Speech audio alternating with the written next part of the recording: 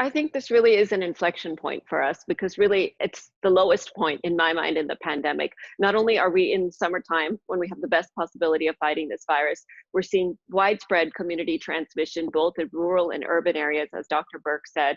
We have no hope of mitigation or containment at this point, and we're just a few weeks away from the fall where we do expect the disease activity to go up. So I think this is really a turning point in our fight against this virus. Okay, can you kind of explain how what we're seeing now is different than what we saw in March and April? So if you think about what was going on in March and April, we had a little bit of virus activity in small little hotspots that were containable and isolated. Now what we have is widespread community transmission, hotspots all over the country, and not just one, but multiple hotspots that are different sizes that are all freely interacting with each other. So in a way, it was almost like we had, the cat in the bag in March or April. We could have contained it or mitigated it at that point. But at this point, it's sort of like the cat's out of the bag, and it's very difficult for us to now be able to contain this virus. We really have to focus on mitigation and really minimizing the number of deaths and the fallout from it. Okay, now I know you've heard this question a million times before, but is wearing a mask actually as effective as health experts are saying? Yes, yes, yes. The only and biggest tool that we have in our toolbox right now is wearing masks, social distancing, washing your hands, and really doing those types of mitigation strategies. Because now that the virus has not just affected urban but rural parts, we are going to see more people dying because of lack of access to care. We are going to see more rapid transmission because many people of rural communities live in, many generations live together.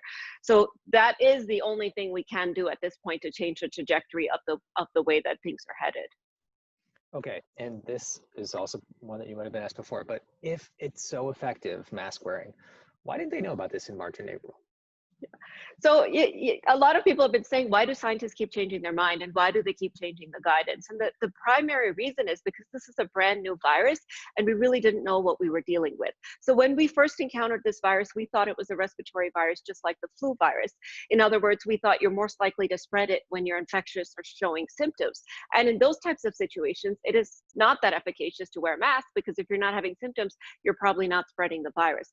As soon as we learned from the science that a large majority of people that are spreading this virus are asymptomatic or minimally symptomatic or spreading it before they're symptomatic, the pre-symptomatic phase, that's when that guidance really changed that we should start wearing masks to reduce transmission of the virus. But now that we know this, we have shown in modeling data that masks reduce the transmission of the virus by 85%, as published in the Lancet. So there's really nothing equivocal about masks anymore, and it's really unfortunate that they have become so politicized. Okay, now tell me, because I first brought this up, talking about multi-generational households and comorbidities, and because we're hearing a lot about this in our area, where especially among Hispanic families, there's a lot of generations living in one household. Why is this so dangerous, and what really should be done? So one of the biggest problems is that the virus has now shifted from the nursing home population, where unfortunately it would kill people but not spread as quickly, to the younger population, where not only is it not necessarily going to kill you, but you're going to be able to run around maybe asymptomatic, spreading it to those other more vulnerable people in the community. So in a way, things have gotten even worse because it shifted into the younger demographic.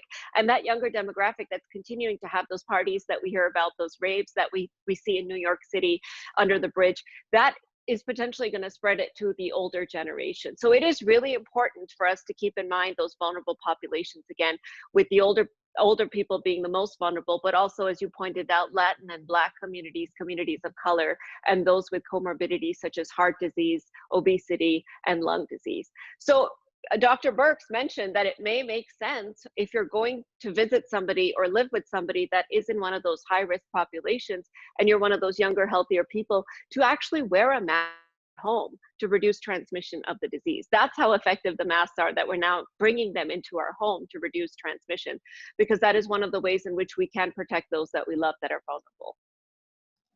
Okay, I did want to ask you about that other article in the Lancet. Did you get a chance to glance at it? I did. I just looked at it real quick. Yeah.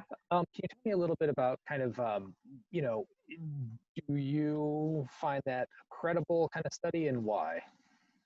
So, what this article tells us is that, as we all know, older people are more likely to get more sick with this virus. But there is a subset of younger people that are also more likely to get sick with this virus. And this article is really finding obesity to be one of those strong risk factors for younger people getting admitted to the hospital or to the intensive care unit. And if you think about it, it's not really all that implausible because obesity confers a number of biological changes that could explain why that is. So, first, when you're obese, you have decreased immune function, particularly with respect to viruses. You also have increased incidence of other diseases like diabetes, insulin resistance. You have a hyperinflammatory state just from all the extra adipose tissue or fat tissue that you have.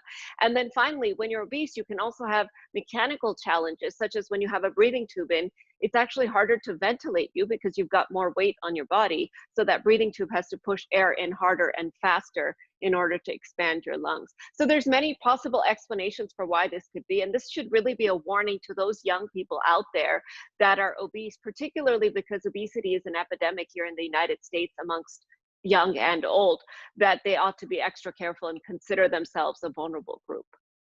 Okay, and now I just kind of in conclusion and generalizing, I think my perception and a lot of other people's is that people seem less scared of this, even though it's a scarier time.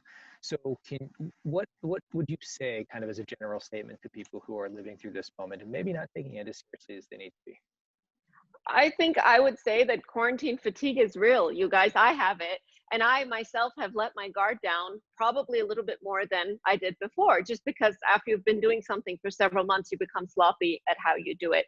But really, use your mind here. Use your intellect to know that we're in a very dangerous period. We're in a worse place than we were in March or April with respect to control of this virus, who it's infecting, and the number of people that it's killed. So we just need a little more time. So just hang in there and just try as hard as you can to follow the expert guidance. Don't turn this into a political battle. Don't turn this into an expression of your freedom, because it's not. This is the time we really need all hands on deck to help us, because without that, we're going to lose this war against this virus. Okay, anything that you wanted to say that I haven't asked about? No, anything you wanted me to say that I didn't say? I was gonna kind of wade into the water of going back to school, maybe kind of in Yeah. relationship to what you just said. So could you kind of tie that into why it's so important now? Yeah, so I think as we're making this really important decision to go back to school, which we've all talked about the importance of in-person learning for our kids, the first question has to be the viral activity in the community. So if the viral activity is going up in the community, I think that's a non-starter when it comes to having the discussion for school.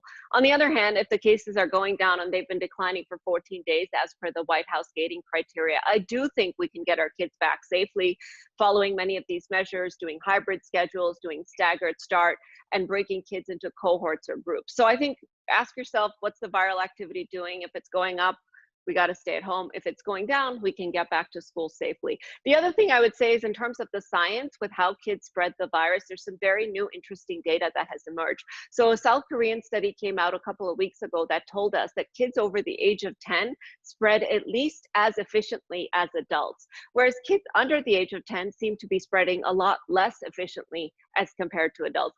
And partly that could be their stature as well, because their respiratory droplets are likely to fall to the ground, as kids under 10 are likely to be shorter, and their sneezes are likely to have less momentum in them as compared to older kids. Another thing that we've learned is a camp experiment from Georgia, which was reported over the weekend, where there was an outbreak occurring at a kids' camp where 200 or more kids became infected with the coronavirus, which is a good demonstration of the fact that when you put people together, whether it's adults or kids, there is going to be spread of the virus. So you can't do that unless you've got good containment in the community.